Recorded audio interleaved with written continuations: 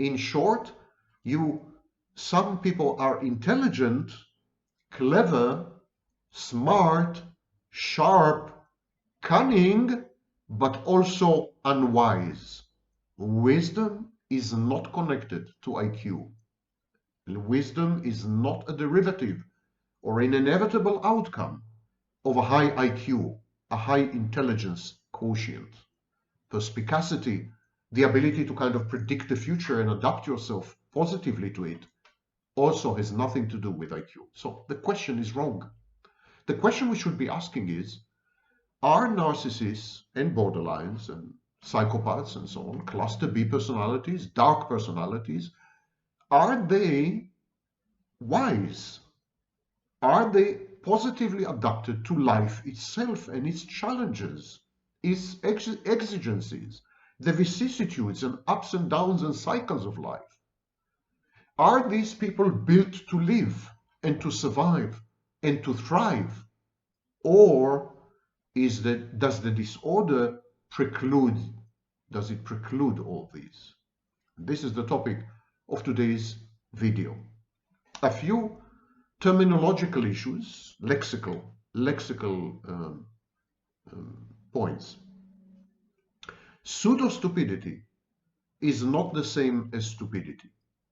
Pseudo-stupidity is pretending to be stupid, acting as if naive, but actually behind the scenes being very, very sharp and cunning and manipulative and so on. This is pseudo-stupidity.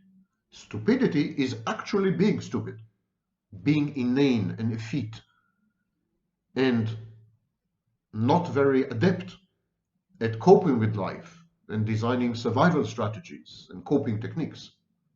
So we should distinguish pseudo-stupidity from stupidity, as we will be doing shortly.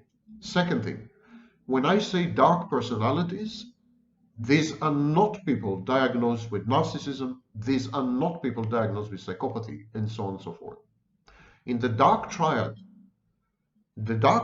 contains three elements: subclinical psychopathy, psychopathy that cannot be diagnosed; subclinical narcissism that cannot be diagnosed; and Machiavellianism, the ability to manipulate your human environment in order to secure favorable outcomes. A form of self-efficacy that comes at the expense of other people by exploiting them or coercing them or gaslighting them or brainwashing them or entraining them. So these are terminological issues. Remember and replay if you have to. Okay, so let's proceed. Why do we find some narcissists, some borderlines, and some psychopaths, actually the majority of them, why do we find them a bit stupid? Why do they commit so many mistakes? Why are they error prone? Why do they rarely get anything right? Anything from relationships to the workplace? Why do they misread other people so egregiously? Almost to the level of autism spectrum disorder. What's wrong with these people? What's wrong with cluster B people? The cluster B personality disorders are either pseudo-stupid or stupid. For example, covert narcissists are pseudo-stupid.